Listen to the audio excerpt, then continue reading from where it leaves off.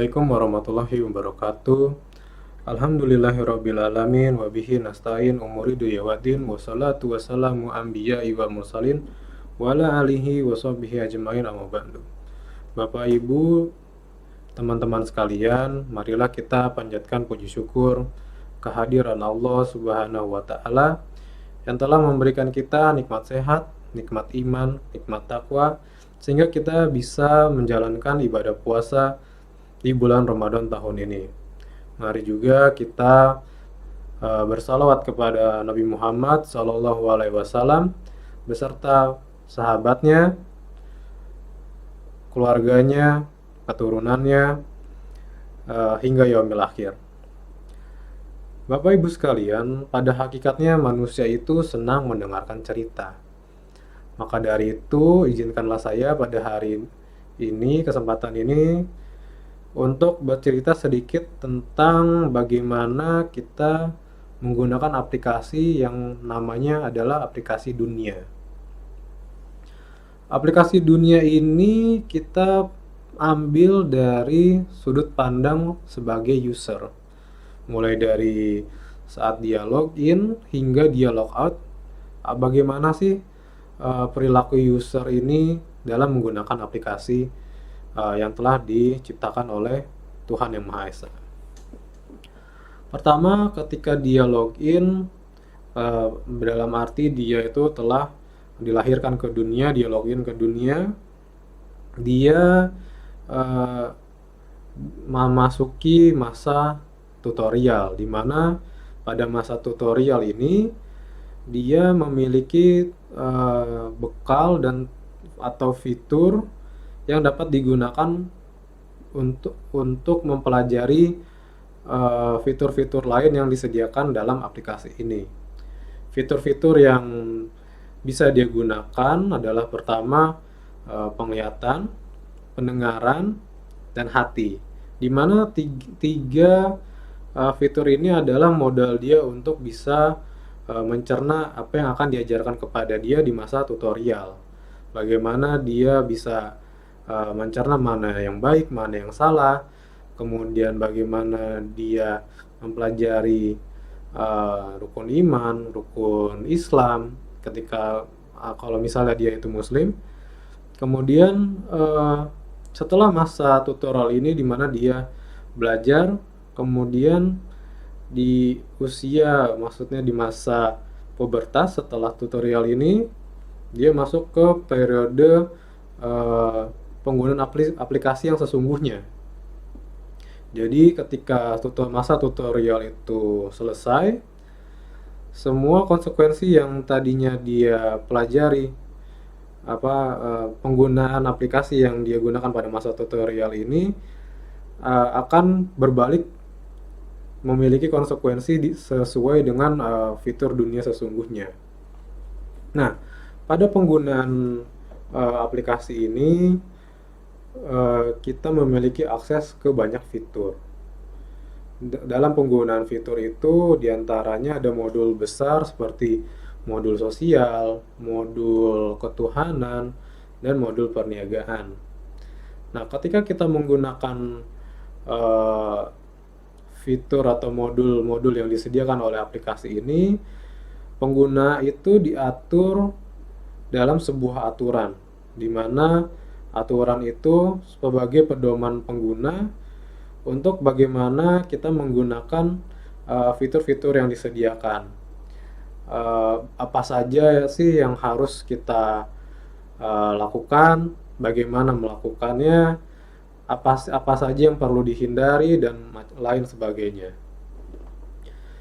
Ketika kita menggunakan aplikasi ini, perlu diingat bahwa turunan dari pedoman itu memiliki aturan-aturan lain, aturan turunan dari pedoman yang sudah diberikan. Ketika kita menemukan bahwa di aturan turunan ini ada sesuatu yang bisa atau memiliki celah, dengan bekal yang kita punya dari periode tutorial itu, seharusnya kita dapat memilah apakah apakah suatu tindakan atau amalan itu perlu dilakukan atau tidak. Seperti misalnya kalau ada amalan buruk yang tidak diatur dalam aturan turunan dari pedoman itu, semestinya kita tidak mengikutinya. Dan jika misalnya ada amalan yang buruk, maka itu amalan yang baik maksudnya, maka itu lebih dianjurkan untuk diikuti. Kemudian ketika kita menggunakan aplikasi ini, ya kita akan berjumpa juga dengan banyak user, banyak pengguna-pengguna lain. Bagaimana kita berinteraksi dengan sesama pengguna itu juga diatur dalam uh, pedoman yang telah diberikan.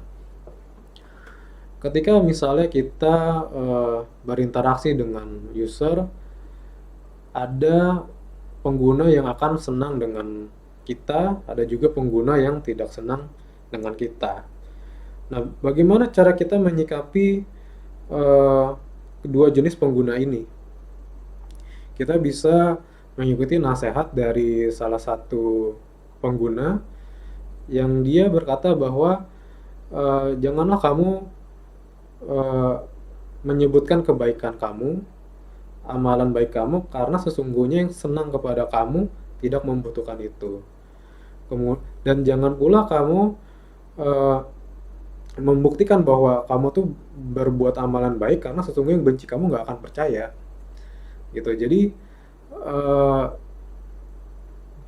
pada prinsipnya kita tidak bisa menyenangkan semua orang, tapi dengan quotes itu kita bisa bersikap bagaimana kita harus berinteraksi dengan dua jenis pengguna ini. Kemudian saat kita menggunakan aplikasi dengan banyak fitur, ada saat dimana suatu fitur atau modul itu agak sulit, maksudnya akan sulit digunakan. Itu bisa jadi karena aplikasi yang kita gunakan ini, aplikasi dunia yang kita gunakan ini terlalu jauh dari sumbernya. Misalnya aplikasi ini terlalu jauh dari servernya. Maka dari itu kita perlu mendekatkan diri menggunakan perangkat kita dalam arti tubuh ini ke sumbernya. Jika misalnya sebuah aplikasi itu memiliki server, kita harus mendekati sumber dari sinyal supaya kita bisa terhubung. Di aplikasi dunia ini memiliki infrastruktur yang dimana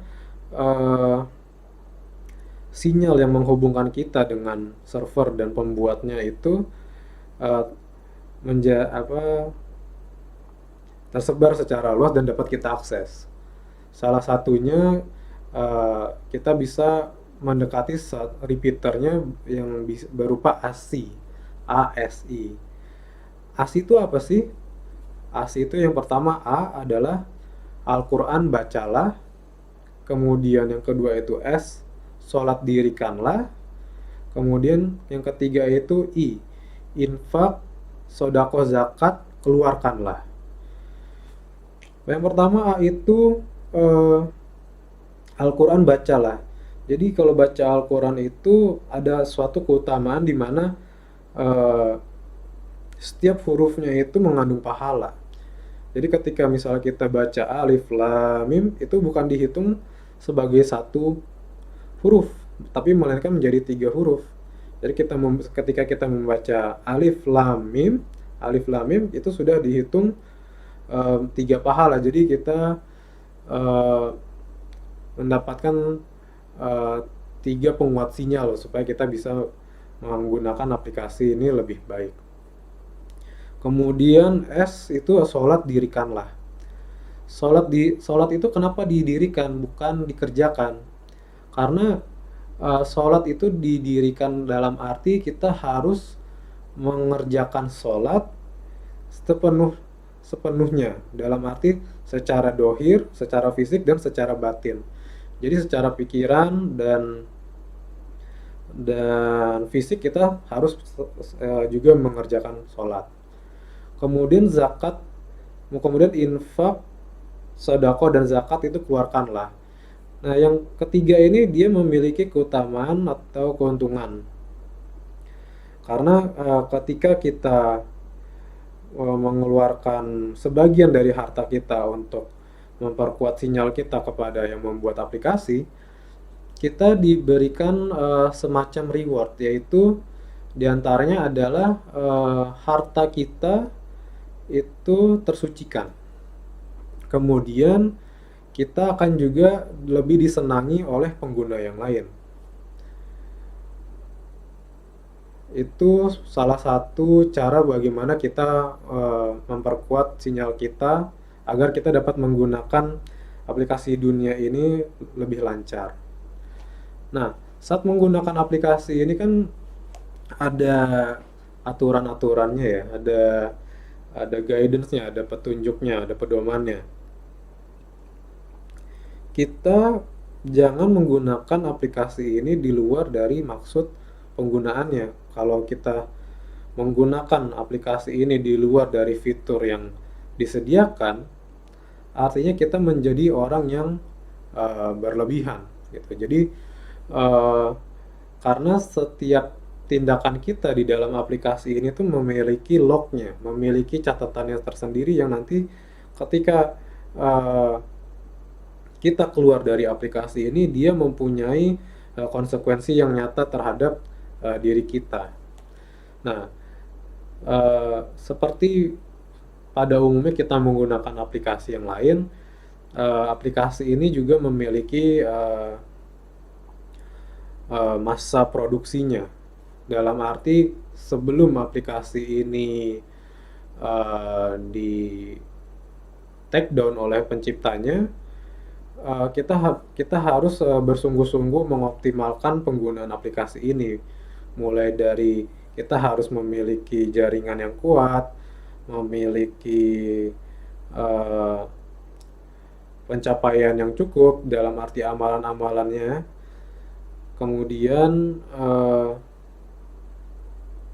segala catatan-catatan yang telah kita kerjakan jangan sampai menyisakan catatan yang buruk atau amalan-amalan yang buruk gitu ya. Dan pada akhirnya ketika kita logout dari aplikasi, kita memiliki kesan yang baik, sehingga ketika kita diri logout dari aplikasi ini, kita tidak membawa masalah. Jangan sampai kita dalam penggunaan aplikasi ini kita banyak mencoba hal-hal yang di luar aturan, berkata yang tidak semestinya, menyinggung orang lain, mengambil hak orang lain dan lain sebagainya. Jika begitu, tunggu saja waktu sampai kita kena suspend atau di logout atau user kita di delete. Kira-kira begitu dari bagaimana seorang user menggunakan aplikasi dunia ini. Semoga ada ilmu yang dapat dicerna, semoga ada informasi yang bermanfaat untuk Bapak Ibu semua. Akhirul kalam, Assalamualaikum warahmatullahi wabarakatuh.